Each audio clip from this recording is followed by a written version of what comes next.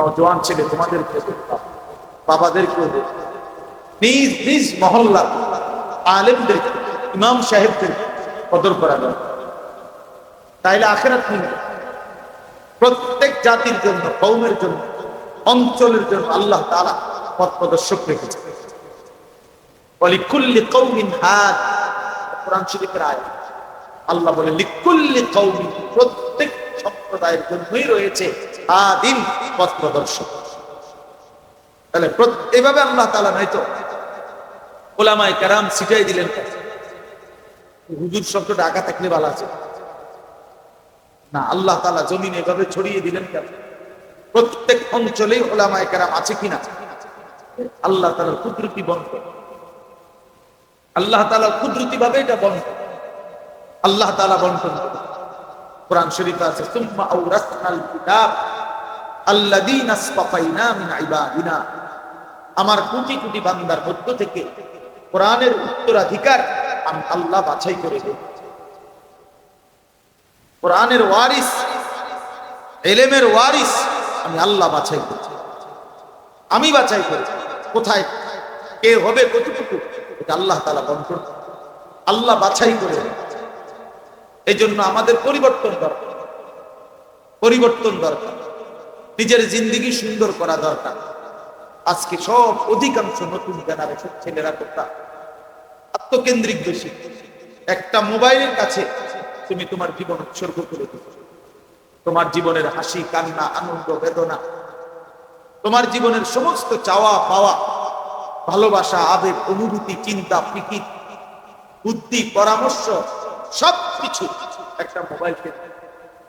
এই মোবাইল দেখে হাসে, মোবাইলে কান্দে, মোবাইলেই কথা বলে, মোবাইলেই সুখ দুঃখ লেনদেন করে, মোবাইলের মাধ্যমেই জীবনের সমস্ত আয়োজন। তাহলে এই পৃথিবীর বাকি মানুষগুলো কি দরকার ছিল? তুমি একটা মোবাইল নিয়ে আফ্রিকার জঙ্গলে চলে যাও।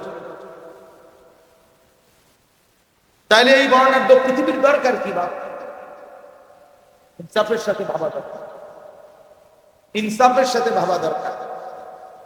আমাদের শেষ পর্যন্ত আমরা কোথায় গিয়ে থামবো? আমাদের আজকের ছেলেরা যেভাবে প্রত্যেকে হাতে হাতে যেভাবে বাপ একটা একটা মোবাইল তুলে নিছ, প্রত্যেকেই কিশোর, তরুণ, নওজোয়ান, এটার শেষ কথা। একদিন দেখবা এই প্রযুক্তি নাই, সেদিন তোমার জীবনটা হয়ে যাবে বিষের মতো। কারণ তুমি তো কর্মহীন, অপদার্থ। তোমার জীবনে তো তুমি মেহনত পরিশ্রম কিছু বুঝো না, তুমি বুঝছো তো শুধু অলস এক মোবাইল জিন্দেগি। এটা নিশ্চিত অসংখ্য অসংখ্য পৃথিবীতে প্রযুক্তি নাই, ছিল, নাই, এগুলো থাকবে না। এই ফেসবুক থাকবে না, ইউটিউব থাকবে না, এ তো আসমান থেকে আসে না। আসমান থেকে আসতে তাইলে এগুলো থাকবে। ছোটবেলায় টেলিগ্রাফ আমি দেখছি, টেলিগ্রাফে খবর, ছোট কাগজ আসতো, ডাক পিয়নের চিঠি, এ তো আমরাই ব্যবহার করছি, চিঠি অ্যাভেলেবেল লিখছি আমরা। বাড়িতে চিঠি পাঠাইছি, আব্বা চিঠি পাঠাইছে, অথবা ওই যে মানি অর্ডারের কাগজটা তলে নিচে দিয়ে একটু লিখে দিতে, টাকা 1000 পাঠাইলাম, পাইয়া জানাইও। মানি অর্ডার করতে যে টাকা একটা নিচে ছোট্ট করে লিখে দিত আব্বা, এতটুকু মনে আছে আমাদের। টেলিফোন, টিন, ব্যাপক ব্যবহার, এগুলো দেখছি আমরা।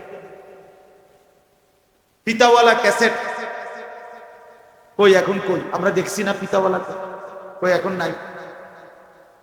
হ্যাঁ, সিডি, ওই যে চ্যাপ্টা চ্যাপ্টা ক্যাসেট, চওড়া পাতলা, এগুলো ছিল না সামনে, এগুলো কই বলো ভাই। তাহলে এই যে আমার এই ছোট্ট হায়াতে এগুলো দেখছি আমি, এখন নাই। তাহলে আমার বয়স তো 230। হ্যাঁ, কত তাহলে, কত আপনি করেন, নাহলে 218, 60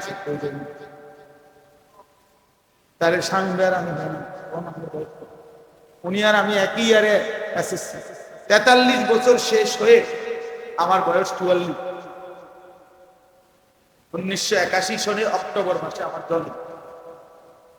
1998 সালে দাখিল এসএসসি, 98 সালে দাখিল পাস, এসএসসি পাস।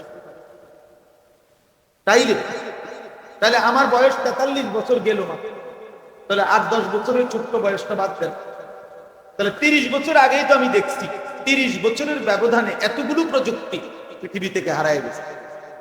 তাহলে আগামী 30 বছর পরে এখনকার অসংখ্য প্রযুক্তি পৃথিবী থেকে হারায় গেছে।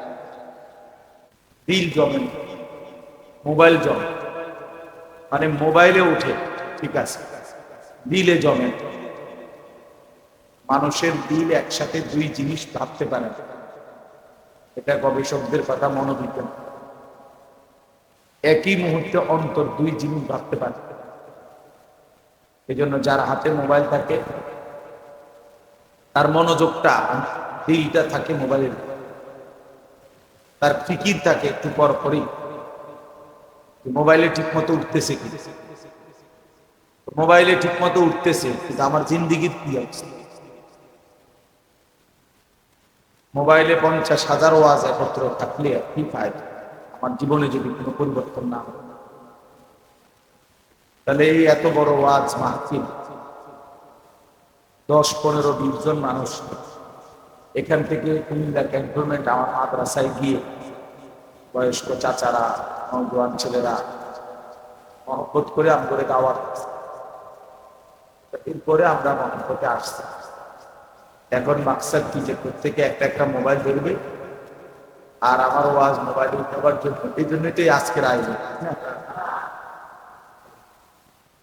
অতএব যারা আমরা উপস্থিত হলাম, আমরাও উপস্থিত, বক্তাও উপস্থিত, সেই হিসাবে এই উপস্থিত অবস্থায় আল্লাহ তাআলা বলছেন সশরীরে উপস্থিত থেকে কান এবং দিল পুরাপুরি একত্র করে যে ব্যক্তি আল্লাহর কথা শুনবে, আল্লাহ ওয়াদা দিচ্ছে নিশ্চয়ই তার জন্য এই কোরআনের মধ্যে উপদেশ নসিহত আছেই আছে, আছেই আছে। কোরআন শরীফের স্পষ্ট আয়াত, ইন্না ফি যালিকা লাযিকরা লিমান কানা লাহু কলবুন আও আলকাস সামআ ওয়া হুয়া শাহীদ। নিশ্চয়ই এই কোরআনের মধ্যে উপদেশ রয়েছে, নসিহত রয়েছে যার দিল আছে, কান আছে এবং নিজে উপস্থিত। আল্লাহ বলছে তাহলে দিল, কান এবং নিজে উপস্থিত, এই তিন জিনিস যে একত্র করছে আল্লাহ তাআলা বলেন আমার কোরআনের মধ্যে তার জন্য নসিহত আছে। এজন্য প্রিয় ভাই, একজনের পর একজন বক্তা উঠলো আর নামলো, প্রতিনিয়ত মাহফিল হইল, বক্তা চেঞ্জ হইল, কিন্তু আমাদের জীবনের কোনো নড়াচড়া নাই। আমি যেমন ছিলাম তেমনই, যে যেমন প্রতিদিন একই রকম, এটা তো ইমানদারের পরিচয় হতে পারে। কোরআনুল কারীমের মধ্যে আছে আল্লাহ তাআলা বলেন ইয়া আইয়ুহাল্লাযীনা আমানুত্তাকুল্লাহ ওয়াল তানজুর নাফসুম মা কদ্দামাত লিগাদ।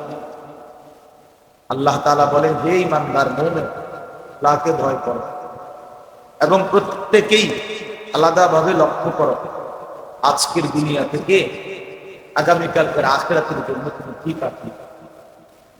আজ একদিন গেল তা আখিরাতের পুঁজি কেমন হল, একটা সপ্তাহ গেল আখিরাতের জন্য কি হল, একটা মাস গেল আখিরাতের জন্য কি পাঠাই, একটা বছর 2024 সাল গেল আখিরাতের জন্য কি পাঠাই। আল্লাহ তাআলা বলেন হিসাব নাই, হিসাব। প্রিয় ভাই, তোমরা যারা 2024 সালের এক বছর কোনদিন ফজরের নামাজ যাদের কপালে ঢুকলো না, কোনদিন ফজরের নামাজের সিজদা দিল না, তোমার জীবনের অর্জনটা। মুসলমানের ঘরে জন্ম নিয়ে মুসলমান পরিচয় দিয়ে 1 বছর 365 দিন কোনদিন ফজরের নামাজ পড়ে নাই, মুসলমান এত বড় জানোয়ার হয়? মুসলমানের বাচ্চা এত বড় জানোয়ার হইতে পারে? মুসলমান এত বড় হাইওয়ান হতে পারে? এক মুসলমান আল্লাহকে এতদিন ভুলে থাকে, মুসলমান এত বড় নাফরমান হয়? 1 বছর প্রতিদিন নাচ গান, প্রতিদিন নাটক সিনেমা, এক বছর প্রতিদিন সুদের ব্যবসা, প্রতিদিন ওজনে কম দেওয়া, প্রতিনিয়ত কাস্টমারের সাথে মিথ্যা বলা, প্রতিনিয়ত হারাম উপার্জনের ধান্দা করা। আস্তাগফিরুল্লাহ। এক মুসলমান কিভাবে হবে? মুসলমান এরকম জানোয়ার হবে কেন? বলো বলো, বাবারা বলেন। গত এক বছর ধরে টানা প্রতিনিয়ত যারা ওজনে কম দিচ্ছেন, হারাম উপার্জন করছেন, এই হারাম খোর আপনি কিভাবে দাঁড়াবেন? এই সুদখোর কিভাবে দাঁড়াবে আল্লাহর সামনে? কোরআন কারীমের মধ্যে আল্লাহ তাআলা বলেন, ওয়াইলুল লিল মুতাফফিফিন, যে ওজনে কম দেয় তার জন্য জাহান্নাম। আল্লাযীনা ইযা তালু আলান নাসি ইস্তাওফুন, মানুষ থেকে যখন নেয় তখন পূর্ণ নেয়। ওয়া ইযা কালুহুম আও ওয়াজানুহুম ইউখসিরুন, যখন মানুষকে দেয় তখন কমায় না। আল্লাহ বলেন, হে নাফরমান, ভাবো তো, আলা ইয়াযুন্নু উলাইকা আন্নাহুম মাবউসুন, হাশরের ময়দানে কি দাঁড়াইবা না? তোমরা জানতে চাও?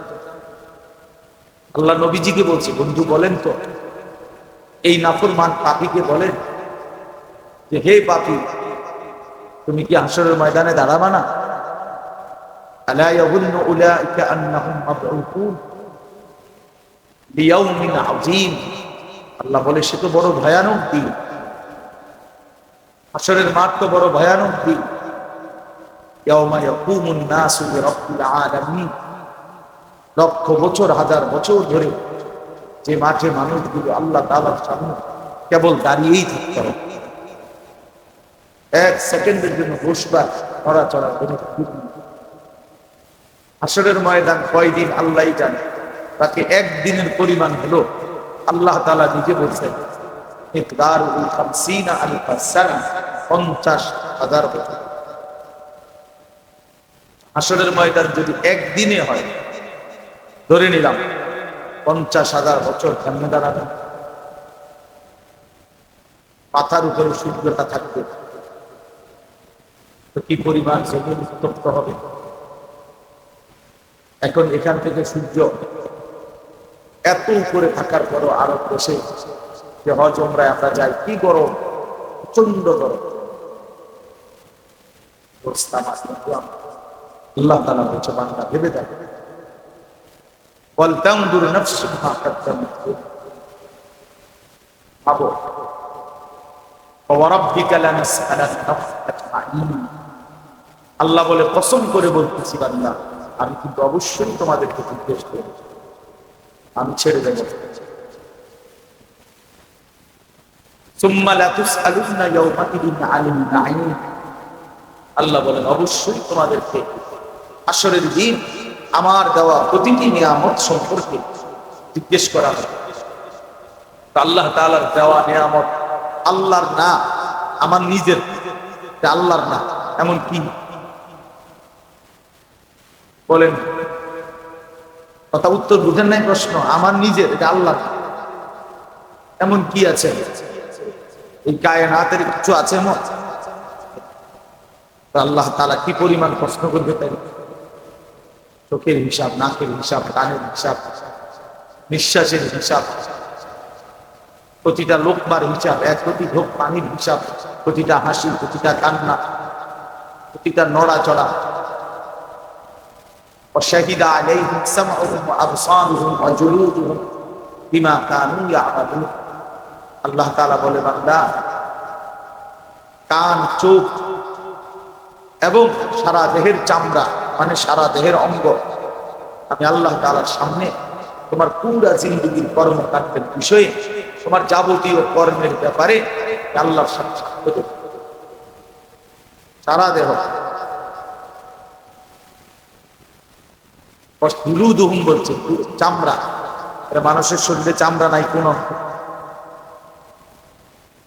বলে চামড়াবিহীন কোন?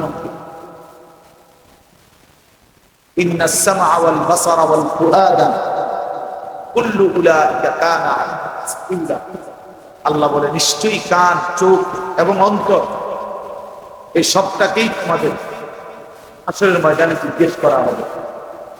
মানুষের অন্তরকে আল্লাহ জিজ্ঞেস করবে, হে দিল, তোমাকে নিয়ে বান্দা কি কি ভাবছে বলো।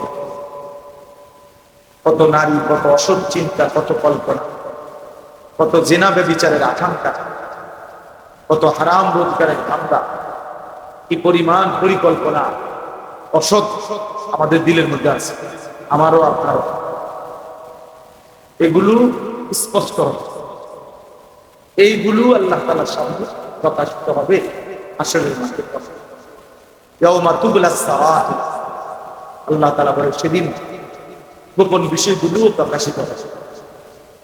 ওয়াহুসিলা মা ফিস সুদূর ফালা ইয়ালামু ইযা বু'সিরা মা ফিল কুবুর ওয়াহুসিলা মা ফিস সুদূর, অন্তরের ভিতরের বিষয়গুলো প্রকাশিত হয়। এটা দোস্ত আমার, বন্ধু আমার, হিসাব করা উচিত, আল্লাহর কথা দিল দিয়ে শোনা উচিত, মনোযোগ দিয়ে শোনা উচিত। জীবনের কোনো পরিবর্তনই হলো না, নড়াচড়া হলো, বক্তার পর বক্তা আসলো, জনপ্রিয় বক্তা, অজনপ্রিয় বক্তা, এটা কোনো বিষয় না। কোন বক্তার জনপ্রিয়তা দিয়ে আপনার কি আসে না? নওজোয়ান ভাই, তুমি বলো তোমার কি আসে না? আমি মনে করেন, আমি এখন আমারে মনে করেন 1 কোটি মানুষ চিনি, আপনার লাভ কি? আমারে চিনলে আপনার লাভ কি? আমারে সারা বাংলাদেশ চিনলে আপনার ফায়দা কি? আর না চিনলে আপনার লাভ। তাহলে আমার পরিচিতি দিয়ে তো আপনি কি আসবে? আল্লামা মামুনুল হক সাহেব, তাকে তো সারা পৃথিবী চেনে। আমার ব্যক্তিগত অর্থ, যদি তার কথাগুলো শুনতে পারতাম, অনুসরণ করতে পারতাম, তাইলে না আমার সফলতা। হয়তো ওনার জনপ্রিয়তা দিয়ে আমি কি করি, আপনি যদি গ্রহণ না করেন। এই জন্য বলছি এটা জরুরি। জনপ্রিয়তা কোনো মূল বিষয় না, খ্যাতি কোনো বিষয় না। এক আদনা হুজুর হোক, আলেম দ্বীন হোক, ছোট হোক, অখ্যাত হোক, অপরিচিত হোক, এক ছোট্ট কোনার কুড়ে ঘরে এক মসজিদে ইমামতি করুক, তিনি যেই আল্লাহর কথা বলে সেটা যদি আমি আমার জন্য গ্রহণ করতে পারি, সেটা লাভ, সেটা লাভ। তাইলে কেউ মনে করেন 10 জনের সামনে বক্তব্য দিল, কেউ 10,000-এর সামনে বয়ান করল, এর কোনোটাই সফলতা কিংবা ব্যর্থতা না। 10,000 শ্রোতা হইলে সফল, 10 জন শ্রোতা হইলে ব্যর্থ, এটা কোরআন সুন্নাতে না, ইসলামে এমন কোন বক্তব্য নেই। কথা বুঝেন? কোরআন শরীফে মোট 25 জন নবীর নাম আছে, নবী রাসূল। কোরআন শরীফে নাম আছে 25 জন। কয়জন? তাহলে নবী রাসূল তো মোট 25 জন, তো বাকিদের নাম পৃথিবীর কোন কিতাবে 5,000, 2,000 আসমানের নিচে জমিনের উপরে কোন কিতাবে নাম নাই, কোথাও না। অন্যান্য সমস্ত কিতাব খুঁজতে আরো 20-50 জন নবীর নাম হয়তো পাওয়া যায়, সৎকানিকের নাম মিলাইতে করতে পারে। তো 1.25 লক্ষ নবী, 1.25 লক্ষ, 1 লক্ষ বা 2,25,000 নবী, তো ওনাদের নাম তো, ওনাদের নাম তো পৃথিবীর কেউ জানে না, কোনো কিতাবে নাই, তারা ব্যর্থ। আমাদের প্রিয় নবী সাল্লাল্লাহু আলাইহি ওয়াসাল্লাম, তিনি যখন বিদায় হজ্জে ভাষণ দিয়েছেন ইন্তেকালের পূর্বের বছর, তখন আরাফাতের ময়দানে নবীর সামনে 1.25 লক্ষ সাহাবী ছিল। তাহলে এই লক্ষের চাইতে বেশি সাহাবী তখন শুধু হজেই ছিল, বাড়িঘরে আরো ছিল না। একেবারে সব বিরুচাই সবাই বসছে, বাড়িঘরেও তারও ছিল, সেগুলো বাদে দিলাম। শুধু মাঠে উপস্থিত ছিল কত? 1.25 লক্ষ। পৃথিবীর কোন কিতাবে 10,000 সাহাবীর নাম, 5,000 সাহাবীর নাম নাই, নাই। সর্বোচ্চ 313 জন বদরি সাহাবী, ওনাদের নাম আছে, আর আরো কিছু আছে, তো নয়তো 1000 খানিক, 2,000, 5,000, 3,000, 5,000 জানে। তাহলে 1-2,000 সাহাবীর নাম পাওয়া যাবে, এটাও হবে। সোয়া লক্ষ সাহাবী যদি 1,25,000 হয়, 5,000-এর নামে তো বাইর করলাম, 1,20,000 সাহাবীর নাম যে পৃথিবীর কেউ জানে কি ভাই? ওনাদের নাম যে কোনো কিতাবে নাই, তাহলে এই সাহাবীরা তো নিশ্চয়ই ব্যর্থ। এবার বুঝছেন কিনা? সফলতা কিংবা ব্যর্থতার জন্য সবাই চিনতে হবে, এটা জরুরি। আজকে আমাদের সমস্যা,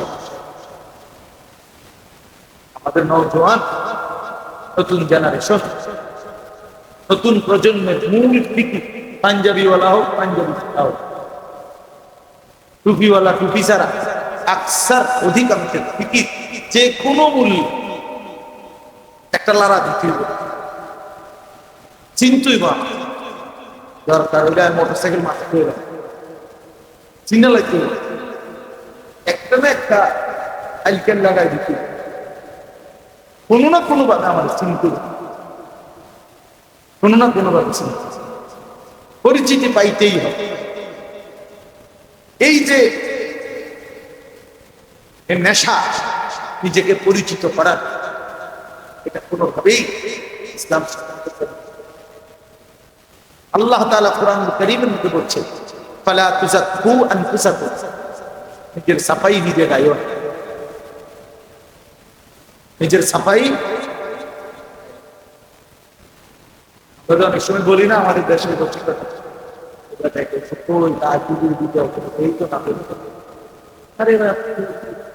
মানুষের সব আমাদের ঘরে থেকে তাই নেই একমাত্র তাহার আগে সংস্কার করতে 3 নম্বর এগুলো আগে বলতো না, 3 নম্বর হজের রুমা খাইছে, 3 নম্বর হজের রুমা টাইমে 3 নম্বর হজের কম কর, এর আগের হজের তো সব। তাইলে এগুলি তো বিষয় না। আমার বলার উদ্দেশ্য হলো, জনপ্রিয়তা কোনো বিষয় না, নিজ মহল্লার ইমাম, নিজ এলাকার আলিম দ্বীন, ওনাদের কথাও যদি বাস্তবতা হলে এক হলো মানুষ জমা, এমন বক্তা কোয়া বাইর করতে গো যাতে মানুষ হয়। এবারে ওয়াজ কি হয়েছে, সত্যি লাভ হয়েছে, মানুষ না দোস্ত, এইটার প্রতি আগ্রহী কম হওয়া উচিত, বরঞ্চ পরিবর্তন হইতে হবে। কি হইতে হবে? পরিবর্তন। উম্মতের কলিজার মধ্যে আল্লাহর বুঝ, আল্লাহর দ্বীনের বুঝ আসতে হবে, দিন নড়তে হবে, আখিরাতের ফিকির আসতে হবে।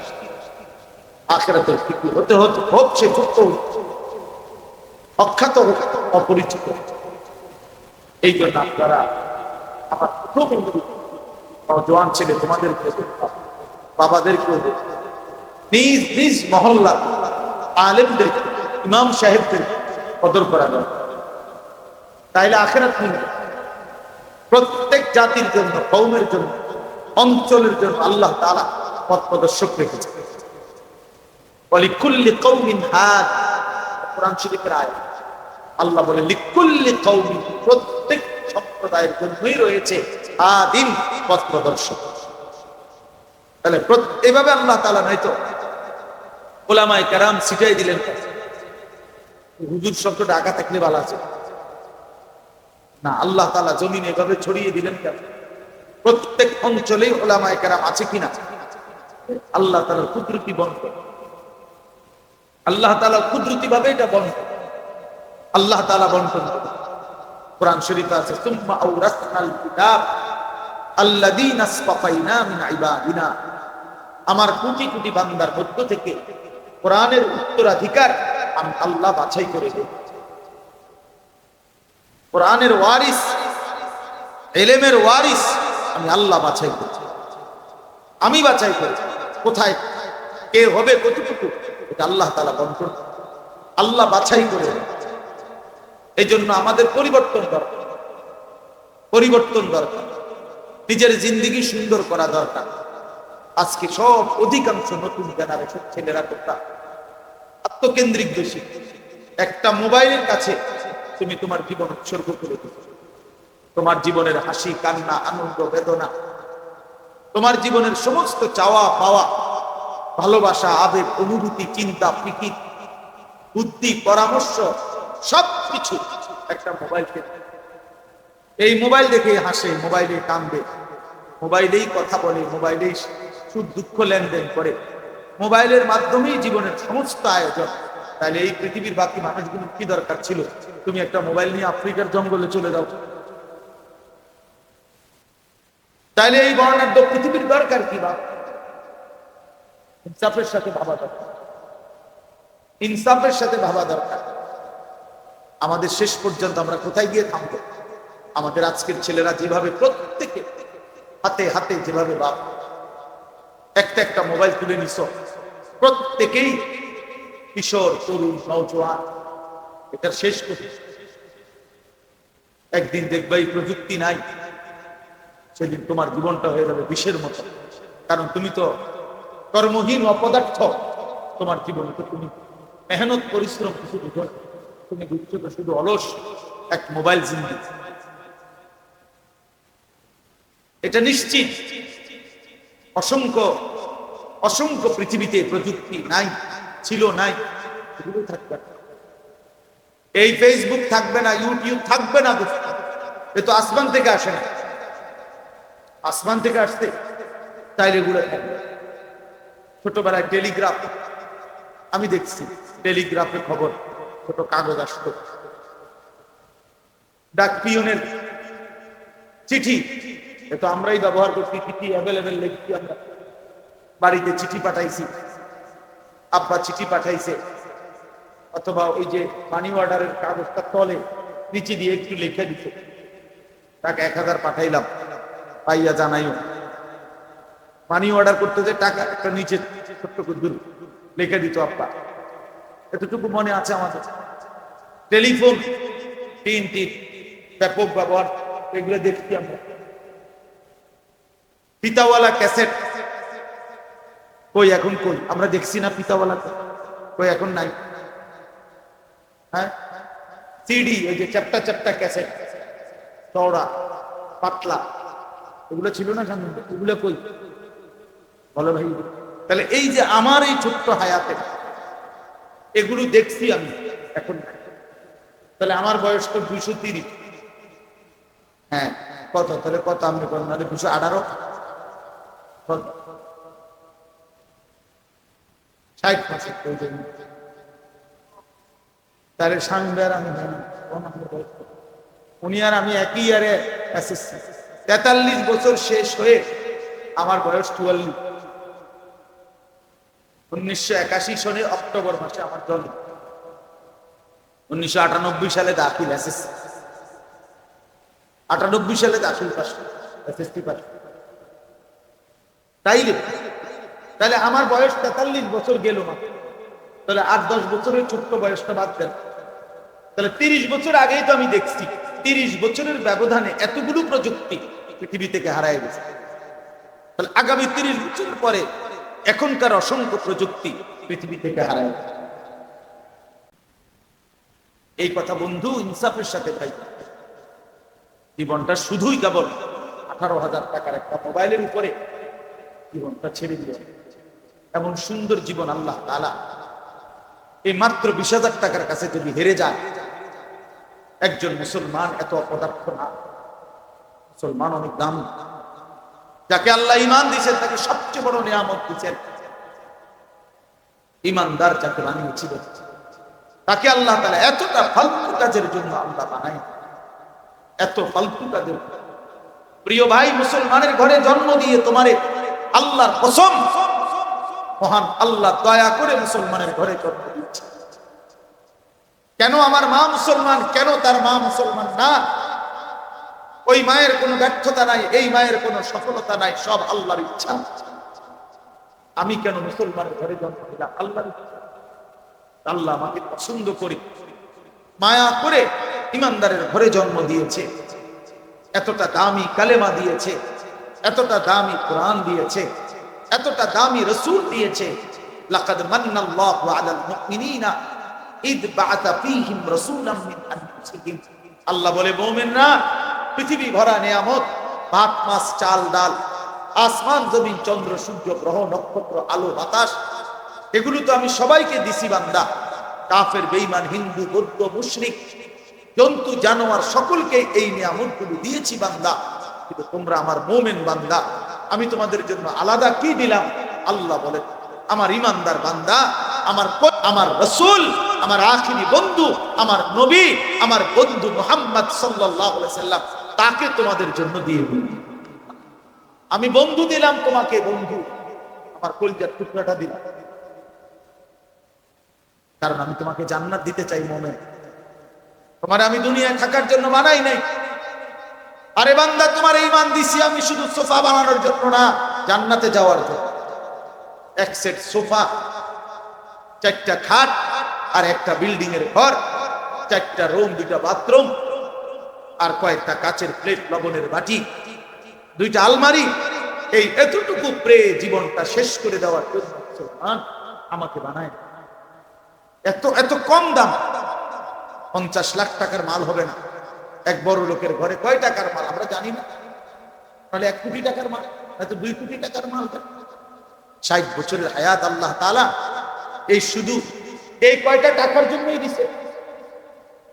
এই জীবনের অর্জন 60 বছর পরে আপনি দেখাইলেন এই যে এক সেট সোফা, একটা ডাইনিং টেবিল, 6টা চেয়ার, 4টা খাট, 2টা আলমারি, হ্যাঁ, ফ্রিজ একটা, এরপরে গিয়া কিছু কাচের প্লেট, লবণের বাটি, টয়লেট, বাথরুম, 4টা রুম, দরজা পর্দা, জানালার পর্দা, বালিশ, লেপ, তোষক, কম্বল, লোড়া বদনা। আর কি বাবা, না ইনসাফ করে বল। আর খানা কি? আহামরি কি খাচ্ছেন? কি খাচ্ছেন? সামান্য পাঙ্গাস, তেলাপিয়া, ধনিয়া পাতা, কাঁচামরিচ, ক্ষীরা, টমেটো, এই জাতীয় একেবারে মামুলি খাবার। আহামরি কি আমরা খাইয়া লাগে? কি দুনিয়া ভোগ করলেন, কি সামানা সংগ্রহ করলেন, এত লম্বা 60 বছর শেষ করে দিলেন? কি ভাইয়া, এত লম্বা হায়াত এই শুধু প্রিয় ভাই আমার। এই জন্য বলছি যুবক, 365 দিনে একদিনও ফজরের নামাজ পড়তে পারলা না, তোমার মতো জানোয়ার কেন এই পৃথিবীতে বাঁচা? আমি তো তোমারে মানুষ মনে করি না, আমি তো তোমারে মানুষ মনে করি, আমি তো তোমারে মানুষ মনে করি। তুমি জানোয়ার না তো কে জানো? 365 দিনে খোদার সেজদা যে দিল না, সে জানোয়ার না তো জানোয়ারটাকে, সে জানোয়ার না তো জানোয়ার। কোরআন শরীফে স্পষ্ট আছে, রাগ করার কোন সুরত নাই দোস্ত। আল্লাহ কোরআনে বলছে নাফরমান কুত্তার মতো। আল্লাহর কসম বেটা, এই নাফরমান বেনামাজি হাইওয়ান, শোন বেটা, সুদখোর শোন বেটা, এই ঘুষখোর বাটপার, ওজনে কম দাও যারা, মদখোর, গাঁজাখোর, ফেন্সিখোর, বাবাখোর, হারামখোর, শোনো আল্লাহ বলছে নাফরমান কুত্তার মতো, কুত্তার মতো। ফামাতালুহু কামাতালিল কালব, কোরআন শরীফের আয়াত। জিজ্ঞেস করেন ওলামায়ে কেরাম, ফামাতালুহু কামাতালিল কালব, কালব মানে কুত্তা, নাফরমান কুত্তার মতো।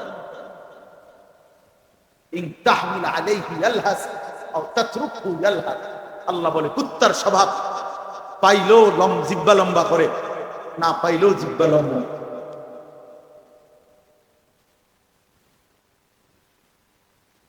জিহ্বা লম্বা, বেচা কেনা হইলেও অতৃপ্তি, না হইলেও অতৃপ্তি। দুনিয়া পাইলেও কয় হইছে না, না পাইলেও কয় হইছে। বেচতেছে মাল, জিঙ্গাইবেন কেমন কি অবস্থা ব্যবসা? না, আগের এই ব্যবসা কি আর না, মাল বেচে, বাটফারে মাল বেচতেছে, এরপরেও কয় এর আগের ব্যবসা কি আর না। কোন সময়ের ব্যবসা নাই, কোন সালে? মনে করেন আজ থেকে 200 বছর আগের ব্যবসা নাই, তুমি 200 বছর আগে জন্ম নিত না, সেটার তোমার আগের ব্যবসা কিনতেছে, আগের ব্যবসা নাই। কি ভাই, এটা কি কথা?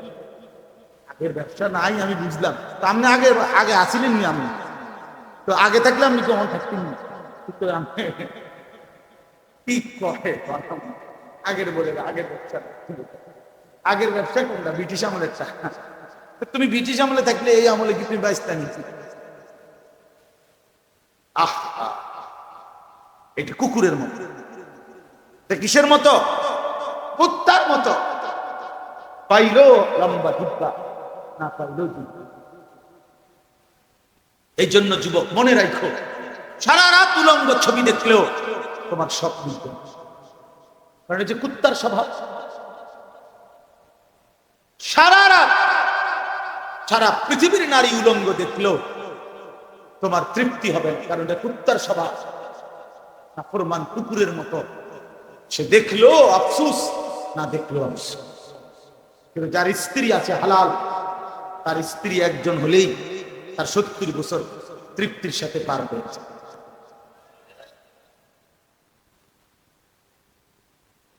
এটাই সত্যি।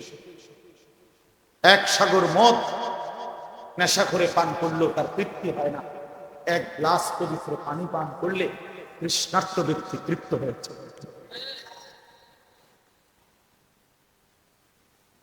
গুনাহ তৃপ্তি দেয় না, লোনা জলে তৃষ্ণা মিটে না।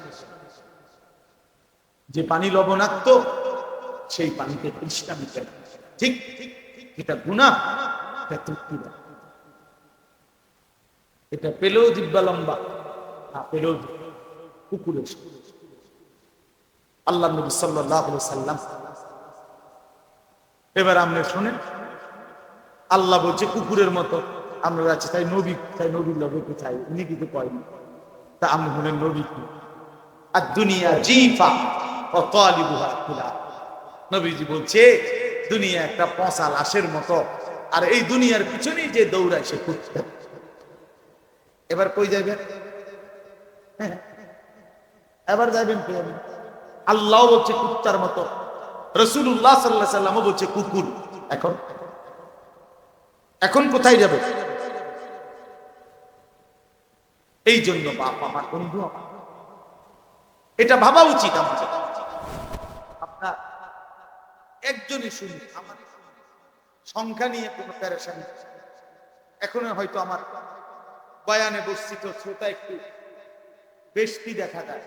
আলহামদুলিল্লাহ, আমার 21 বছরের জীবন এই ছোটখাটো ওয়াজ, তা আমি তো একজন দুইজন মানুষের সামনে বয়ান, বাড়ির কোনাতেও বয়ান করছি।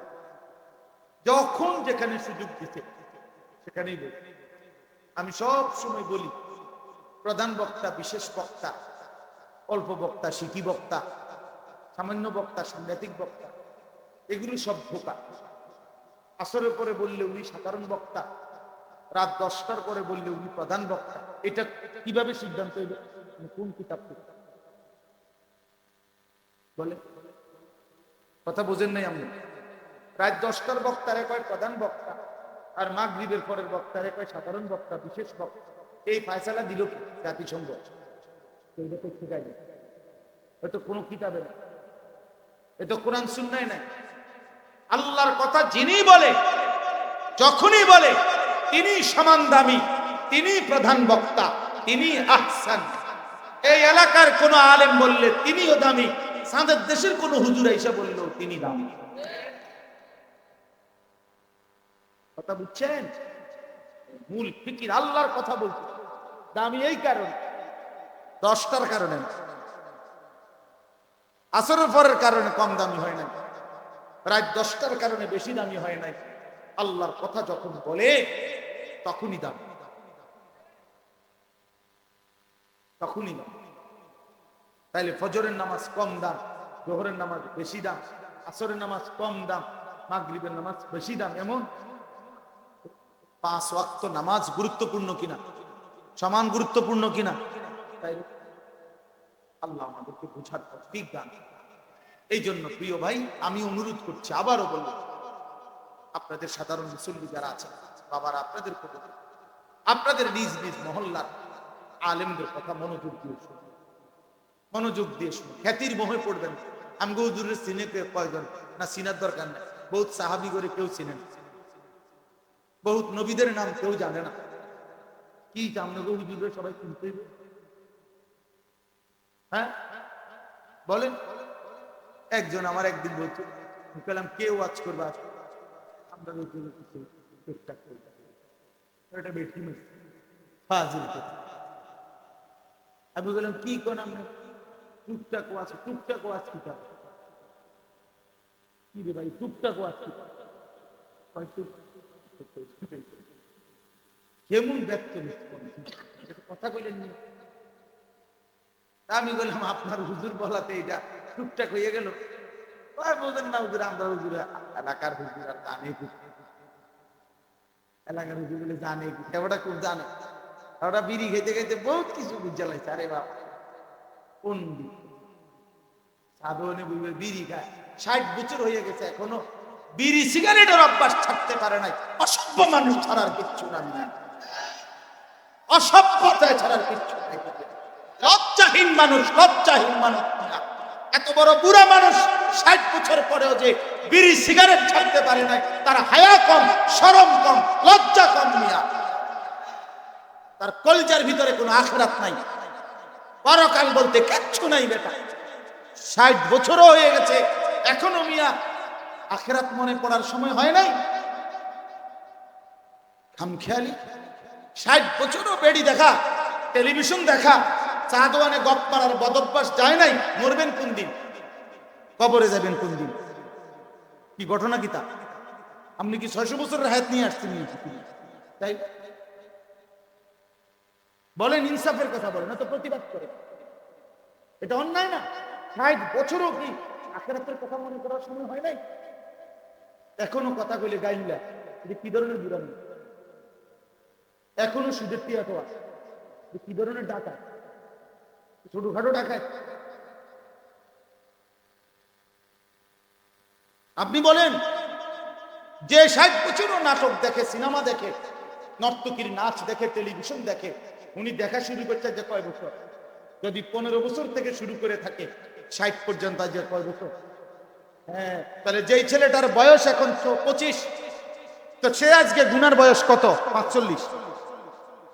কথা বলেন, ইনসাফের কথা বলেন। যে ছেলের বয়স 25, তার গুনার বয়স কত? 45। তো তাইলে আর এবারটার গুনার বয়স কত? তাহলে আপনি বেশি পাপি না? আপনি বয়স যেমন বুড়ো হয়েছে, গুনাও তো বুড়ো হয়ে গেছে, নাফরমানিও তো ফাঁকিয়া গেছে একদম। এই জন্য দয়া করে ইনসাফ করে আমি ভাবনা জাগাইতে চাইছি। কারোর আঘাত করা না, আর আঘাত লাগলে সমস্যা কি? আপনি বিড়ি গান, আপনার গাত লাগবে না? না খাইলে আপনি সেচবেন কেন? বলে আমার কইছেন, আমি আপনার কইছি, আমি টেলিভিশন চাই তো আমি আপনার বলছি না, আপনি চেতেন কেন? আর আপনার এই বদ অভ্যাস থাকলে আপনি চেতে আমার কেন? আমার লোকের চেতটা বলেন, জিদ করে, জিদ করে বেটা হুজুর বেটা আমরা এলাকাতে এত বড় শরমের বেজ্জিতি কথা কইলা, যা বেটা খাইলাম না আমি বুড়ি। আমিও তো চাই আমার একটা তাল ওড়ক আমার চললে মেয়ে, একটা জিদ ওড়ক আমার শরীর। যা বেটা পোলাইনের বয়সী হুজুর বেটা আমার এত বড় কথা করলো, যা খাইলাম না বেটা, খাইলাম। এক চাচা একদিন কইছে, এক মা আলহামদুলিল্লাহ আমার ভালো লাগে, ছেড়ে দিছে, ছেড়ে দেন আল্লাহর জন্য।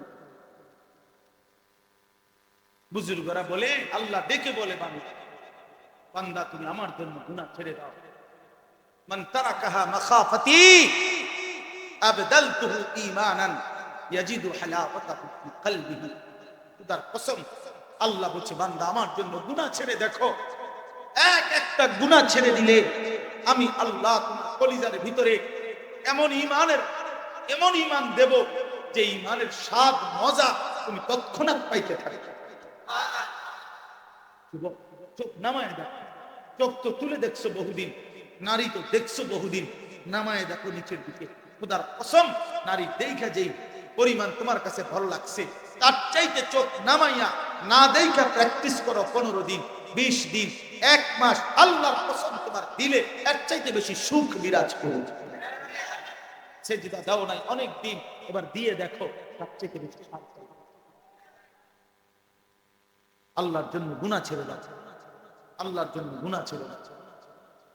আল্লাহ বলছে বান্দা আমার জন্য গুনাহ ছেড়ে দিও, আমি তোমার ইমানের স্বাদ দিয়ে দেব, ইমানের মজা দিয়ে দেব, ইমানের মজা দিয়ে দেব। আল্লাহ আমাদেরকে তৌফিক দান করেন। নিয়ত করতে পারি না বা হিম্মত, হিম্মত না করলে হবে, হিম্মত না করলে পৃথিবীতেও তো কোনো কাজ হচ্ছে না। আগে তো একটা সিদ্ধান্ত নিতে হবে। আল্লাহ তাআলা আমাদের বাবা, ভাই, চাচা, কিশোর, নওজোয়ান সকলকেই তৌফিক দান করেন। বলেন আমি আয়াতটুকু তর্জমা করি। ছোট্ট একটা সূরা আমি পড়ছি। এই ছোট্ট সূরাটার নাম হলো আলাম নাশরাহ। 94 নম্বর সূরা, 30 নম্বর পারা, সূরায়ে আলাম নাশরাহ অথবা সূরাতুশ শারহ, এটাও বলে, একই উত্তম। এটা একটা ছোট্ট সূরা, মাত্র 8টা আয়াত, খুব সুন্দর। এই 8টি আয়াত আমাদের প্রিয় নবী সাল্লাল্লাহু আলাইহি সাল্লামকে লক্ষ্য করে আল্লাহ তাআলা ওনাকে বলছেন।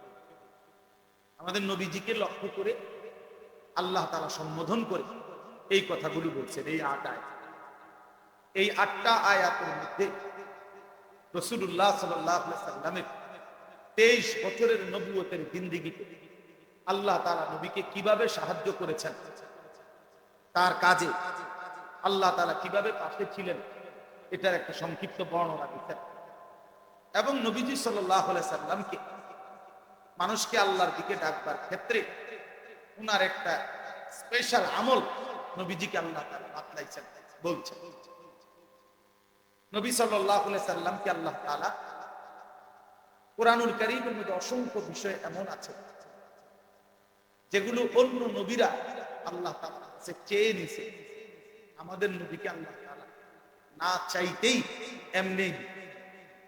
এর মধ্যে এইটা, এই সূরার প্রথম আয়াতে একটা বিষয় বলছে আল্লাহ, এটা এমন একটা নিয়ামত যেটা অন্য নবী আল্লাহর কাছে খুঁজে নিছে, আমাদের নবীকে এমনি। মুসা আলাইহিস সালাম আল্লাহ তাআলার নবী। আপনারা এর আগে যে হুজুর বয়ান করলেন মাওলানা সাহেব, ফেরাউনের অনেক কথা আপনাদেরকে শুনাইতেছিল, ঠিক না? আমি তো কিছুটা শুনছি। তো এই মুসা আলাইহিস সালাম উনিও একজন বিখ্যাত নবী, রাসূল, বনি ইসরাইলের নবী। মুসা আলাইহিস সালাম যেদিন প্রথম আল্লাহ তাআলা ওনাকে বলছিলেন ইযহাব ইলা ফিরআউনা ইন্নাহু তাগা, মুসা ফেরাউনের কাছে যাও, সে খুব বেশি সীমা লঙ্ঘন করছে, নাফরমানি খুব বেশি করছে, তুমি তাকে গিয়ে আল্লাহর দিকে, দ্বীনের দিকে, আখিরাতের দিকে কালেমার দাওয়াত দাও। মুসা আলাইহিস সালাম তখন ছিলেন মাদায়েন, ওই যে ছোটবেলায় ফেরাউনের বাহিনীর ভয়ে চলে গেছিলেন। তো ওইখান থেকে আল্লাহ তাআলা তখন তাকে নবুয়তের জিম্মাদারি দিলেন, ফেরাউনের কাছে আসতে বললেন। মুসা আলাইহিস সালাম আসতেছিলেন। এই আসার পরে মিশরে আইসা ফেরাউনের কাছে এখন তিনি কালেমার দাওয়াত দিবেন মুসা নবী। এই সময় কোরআন শরীফে আছে মুসা নবী আল্লাহর কাছে একটা জিনিস চাইছে। আল্লাহ, সে তো বাদশা, সে নিজেকে খোদা দাবিদার, জানতেন মানুষ না, সাধারণ কেউ না, কইয়া দৌড় দিয়ে নেন এমন না, বা সাধারণ কোনো লোক না, অনেক বড় ক্ষমতাধর, অহংকারী, জালেম বাদশা। তার সামনে আমি কালেমার দাওয়াত নিয়ে যাব, তো এত বড় বাদশার সামনে বলার ক্ষেত্রে আমার কলিজার ভিতরে যে পরিমাণ হিম্মত, ইস্তেকামাত, সাহস, বীরত্ব, ইলম, হিকমত, প্রজ্ঞা, বিচক্ষণতা, যা কিছু দরকার লাগে তার সামনে মুখ দাঁড়াইতে গেলে, বলতে গেলে, এই দ্বীনের কাজ, কালেমার দাওয়াত দিতে গেলে আপনি তার সবটা আমার অন্তরের মধ্যে আপনি দয়া করে দিয়ে দেন। এটা মুসা নবী চাইছে। এই দোয়াটাই হলো রব্বি ইশরাহ লি সাদরি ওয়া ইয়াসসির লি আমরি ওয়াহলুল উকদাতাম মিন লিসানি ইয়াফকাহু। আল্লাহ তাআলা বলেন মুসা আলাইহিস সালাম এটা আল্লাহর কাছে চেয়েছেন, রব্বি, আয় আল্লাহ, ইশরাহ লি সাদরি, আমার বক্ষ আমার সিনা, আমার দিল উন্মোচিত করে দেন, প্রশস্ত করে দেন, দিল খুলে দেন, দিল খুলে দেন। অর্থাৎ আমার দিলের মধ্যে আপনার কালেমার দাওয়াত দিতে গিয়ে ঈমান, ইলম, হিকমত, আখলাক, তাকওয়া, হিম্মত, ইস্তেকামত, শুজাআত যা দরকার, যত আর্থিক গুণ দরকার, আভ্যন্তরীণ যত গুণাবলী দরকার, আপনি এগুলা দেন। ওয়াসসির লি আমরি, আমার বিষয়টা, আমার কাজটা, আমার জিম্মাদারিটা আমার জন্য সহজ করে দেন। আমার জবানে আরো স্পষ্টতা আমি যেন আপনার বান্দাদেরকে বুঝাইতে পারি, এমন যোগ্যতা দেন। তো প্রথম কথাটা যেটা, রব্বিশ রাহ লি সাদরি, এই নিয়ামতটার নাম হলো শারহে সদর। শারহে সদর অর্থ হলো বক্ষ উন্মোচন করা। কি করা বলেন? বক্ষ উন্মোচন করা, দিল খুলে দাও, দিল প্রশস্ত করে দাও। কোরআন শরীফে আছে, আল্লাহ বলছেন ফামান ইউরিদিল্লাহু আন ইয়াহদিয়াহু ইয়াশরাহ সাদরাহু লিল ইসলাম। সরাসরি কোরআনে আছে। আল্লাহ বলেন, আল্লাহ যাকে হেদায়েত দিতে চায় তাকে আল্লাহ তাআলা দয়া করে তার বক্ষ ইসলামের জন্য উন্মোচিত করে দেয়, দিল খুলে দেয়। তখন সে ইসলাম বুঝে, দিন বুঝে, আখেরাত বুঝে, নিজের দায়িত্ব বুঝে, অটোমেটিকলি সে আল্লাহর পথে চলতে। দেখবেন ছিল তো সম্ভব, হঠাৎ বদলে যায়। হঠাৎ বদলে যায় এমন হয় না, আসলে হঠাৎ বদলায়। হঠাৎ ঘুমের তুলতে একের আব্দুল কাদের জিলানী হয়ে গেছে, বা ঘুমের থেকে ওইটাই বাইজিদ বোস্তামি হয়ে গেছে, এমন না। বাইজিদ বোস্তামি নিজে কোনো ঘুমের তুলতে হইতে, আরেকজন হইবে কেন? তো আল্লাহ তাআলাই তার দিল, আল্লাহ যখন দয়া করে তো আল্লাহ তাআলা দ্বীনের বুঝ, আল্লাহর পথে চলার মতো তৌফিক আল্লাহ তার অন্তরের ভিতরে দিয়ে দেয়। তখন সে আল্লাহর পথে চলবে।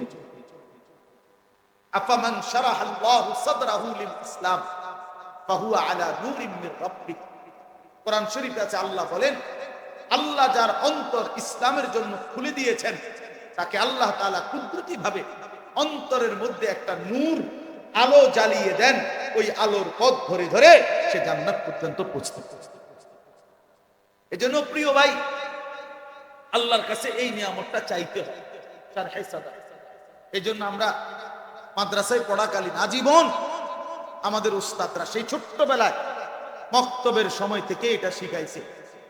আপনারাও যারা মক্তবে করছেন তারা নিশ্চয়ই মক্তবের হুজুরের কাছ থেকেও এই দোয়াটা শুনছেন, শুনছেন না? রব্বিশ রাহ লি সাদরি ওয়াসসির লি আমরি ওয়াহলুল উকদাতাম মিন লিসানি ইয়াফকাহু কাওলি। তাহলে এই যে প্রথম নিয়ামত রব্বিশ রাহ লি সাদরি, শারহে সদর, আল্লাহ যার অন্তর বাছাই করে, আল্লাহ যার দিলের মধ্যে আখিরাতের ফিকির, ঈমান, ইলম, আমল, তাকওয়ার দৌলত দান করে, তার জিন্দেগি তখন ঈমান আমলের পথে চলতে থাকে।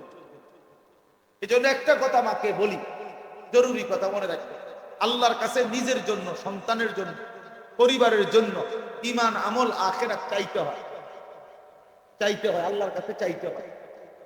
কোরআন শরীফে আছে মুসা আলাইহিস সালাম, ইব্রাহিম আলাইহিস সালাম আল্লাহর কাছে দোয়া করছেন, অগণিত দোয়া।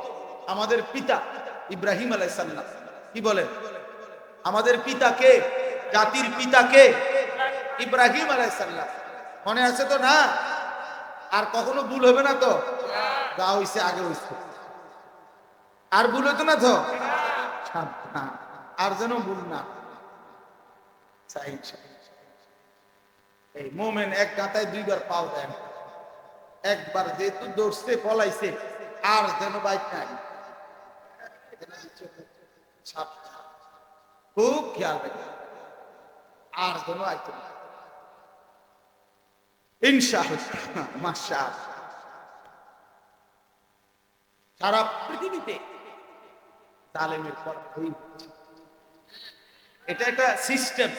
পৃথিবীতে আল্লাহ তাআলা, নদীতে জোয়ার ভাটা হয়, পৃথিবীতে আল্লাহ তাআলা, কোরআন শরীফের একটা আয়াত আছে, প্রিয় ভাই এই কথাটা মনোযোগ দিয়ে একটু শুনুন, তার প্রসঙ্গে কিছু বলি। ওয়াতিলকাল আইয়ামু নুদাবিলুহা বাইনান নাস। কোরআন শরীফের একটা কথা আল্লাহ বলছে, শোনো, আমি মানুষদের মধ্যে অবস্থার, সময়ের পরিবর্তন করি, আমি বদলাই, সময় বদলাই।